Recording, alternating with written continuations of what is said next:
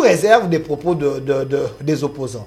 Est-ce que si les chefs de l'État... Moi, je suis venu répondre aux opposants. Si les chefs de l'État prennent une ordonnance qui nomme ses amis, ses copains et les gens qui l'entourent pour que ces gens boutiquent des choses afin qu'ils agissent sous le barbe du chef de l'État, est-ce que ça, c'est respecter d'abord le public et le peuple congolais? Ce n'est pas jouer avec l'ordonnance. Vous ne connaissez pas le président de la République.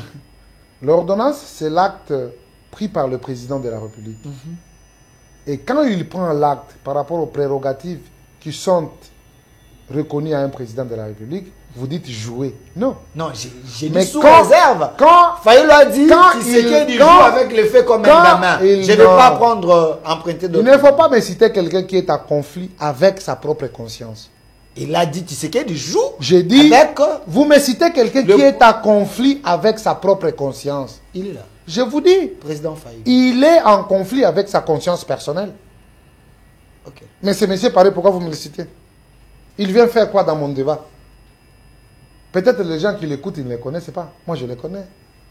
La matière liée à l'ordonnance que le chef de l'État peut prendre est encadrée aussi par les lois de la République. Il ne peut pas prendre une ordonnance en nommant des Chegué en faisant ça parce qu'il est le chef de l'État. Voilà, vous êtes en train d'amener une discrimination. Toi, tu crois que non, un Chegué n'est pas un Congolais? Non, j'ai dit l'ordonnance nommant des Chegué. Non, c'est ce que je suis en train de vous dire. Vous croyez qu'un Chegué n'est pas un Congolais? Structurer le Koulouna parce que le chef de l'État est le chef de l'État. Il peut prendre une ordonnance nommant les Chegué pour gérer le Koulouna. Toi, tu crois que parmi ces Chegué-là... Parce qu'il y a la matière qui est censée être... Vous croyez que ces Chegué-là n'ont pas une connaissance?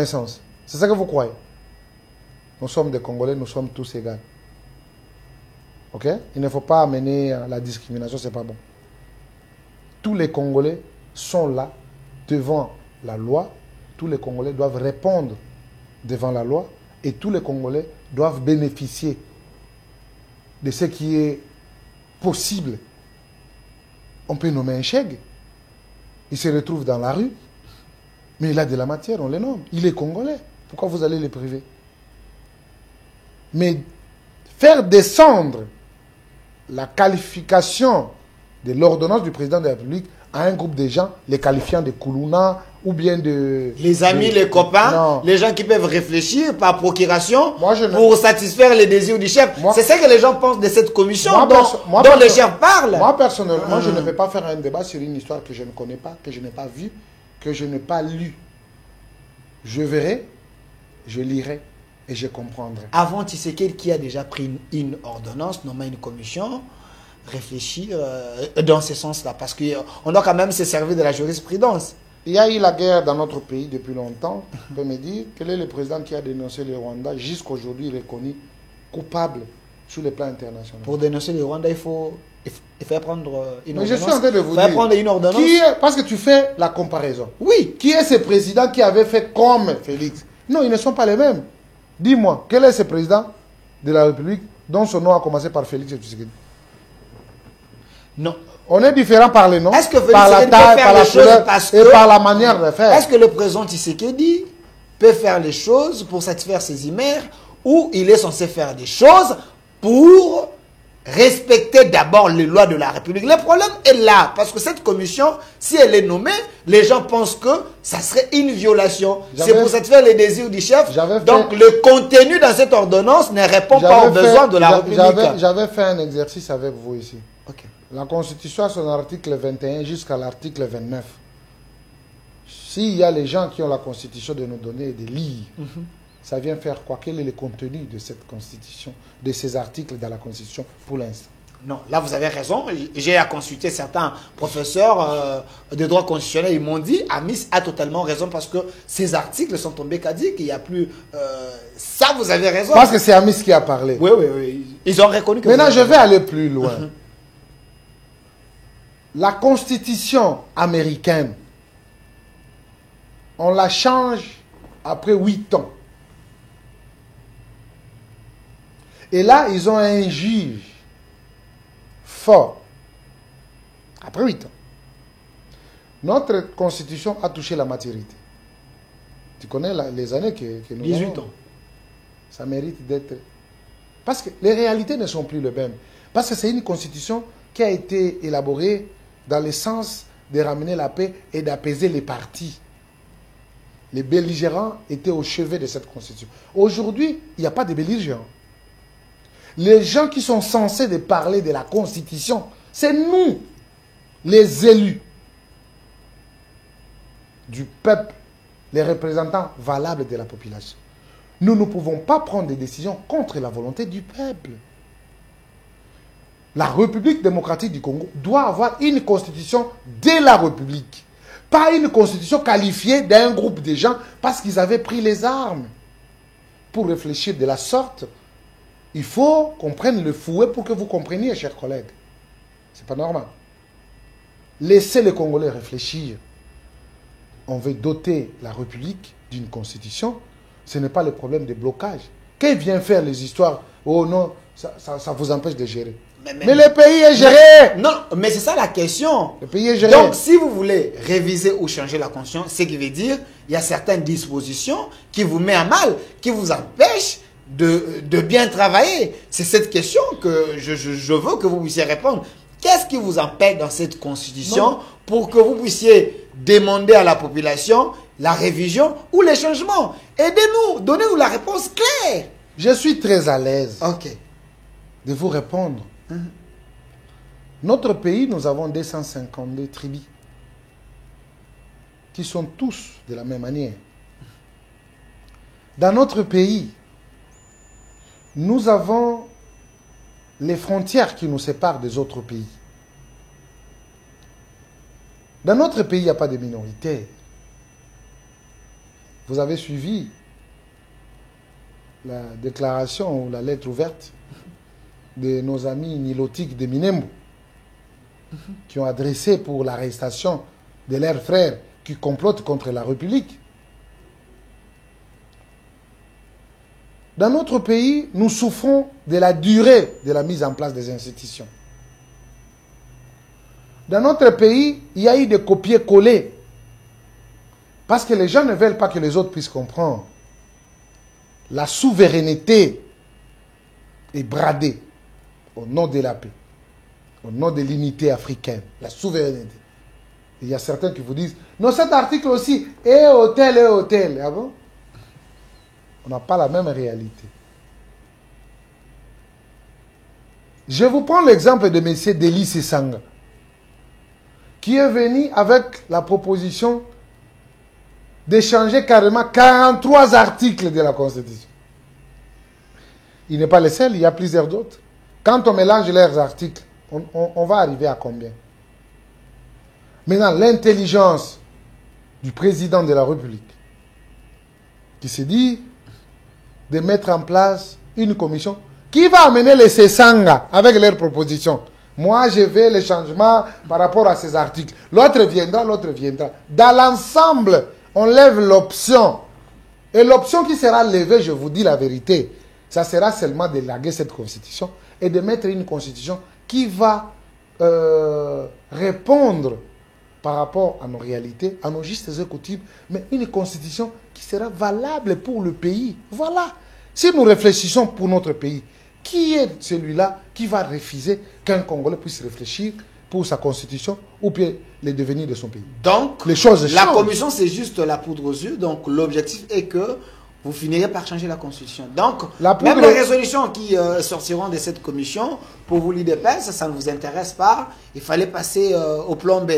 L'IDPS a déjà levé l'option. Parce que vous avez dit, si les Sesang arrivent, même si ils proposent, vous finirez par changer. Ce qui veut dire que ça ne servira à rien de réunir les gens. Parce que vous avez déjà une idée derrière la tête. Le pluriel commence par 2. Quand vous amenez 40 quelques articles, ça cloche. Et il n'est pas le seul, il y a plusieurs. J'ai vu des Lumumbistes aussi. J'ai vu le président Mozit aussi. J'ai vu, il y a beaucoup de gens, des intellectuels de ce pays. Ce n'est pas le fait de faire beaucoup de bruit. Parce que souvent, on invite les médias, parce qu'on a ces moyens pour embrayer un peu la situation.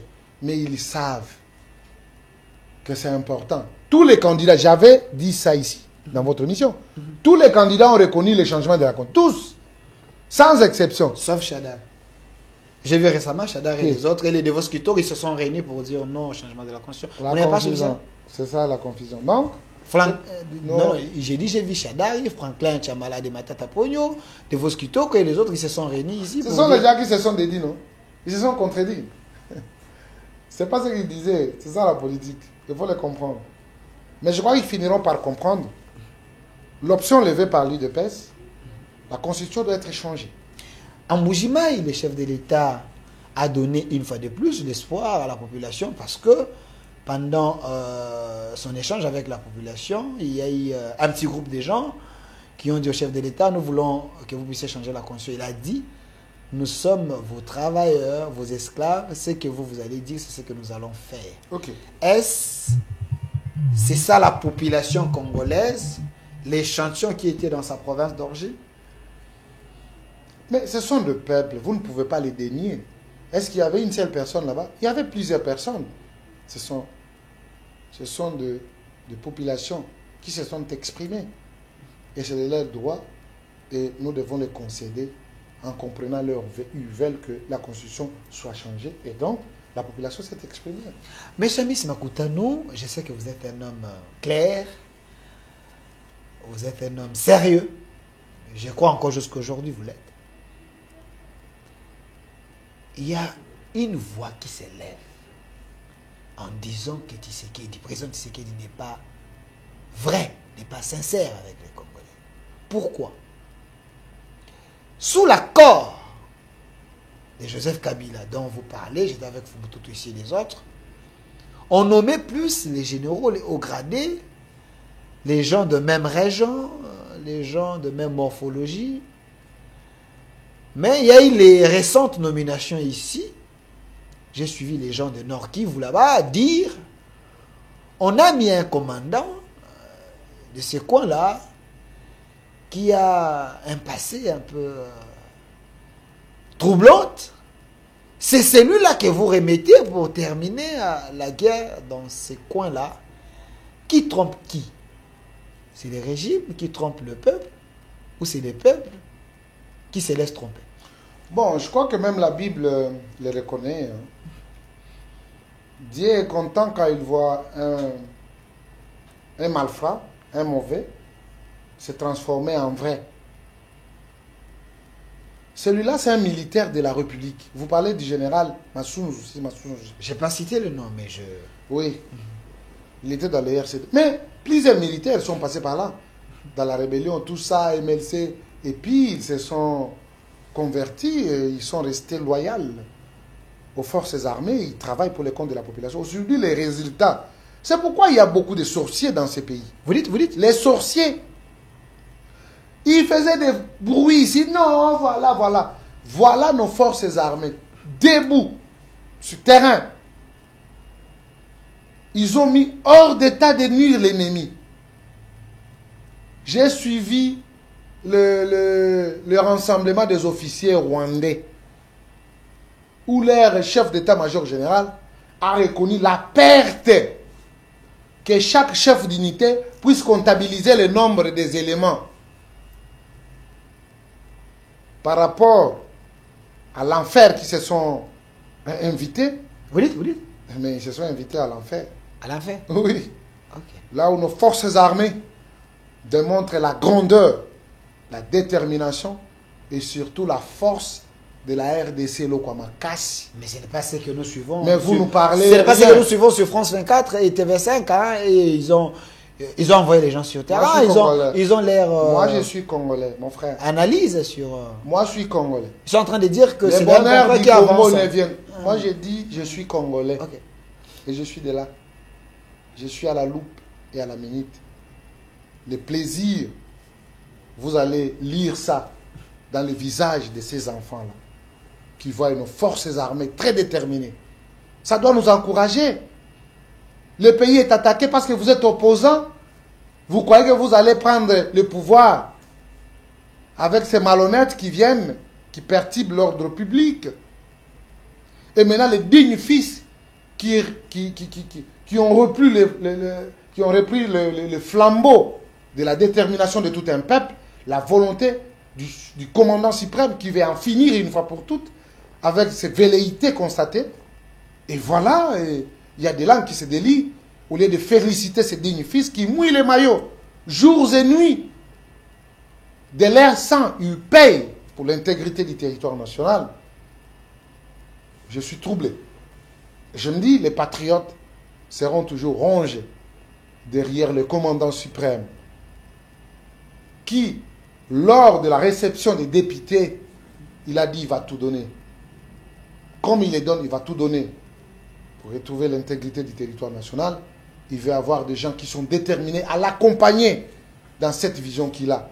C'est pourquoi vous verrez que notre manière de voir des choses, parfois les gens ne comprennent pas. Tu peux être de ma famille politique. Quand il ne donne pas ce que le président attend de nous tous, dans toutes les responsabilités qu'il a confiées à chacun de nous, cher ami, ne comptez pas sur moi.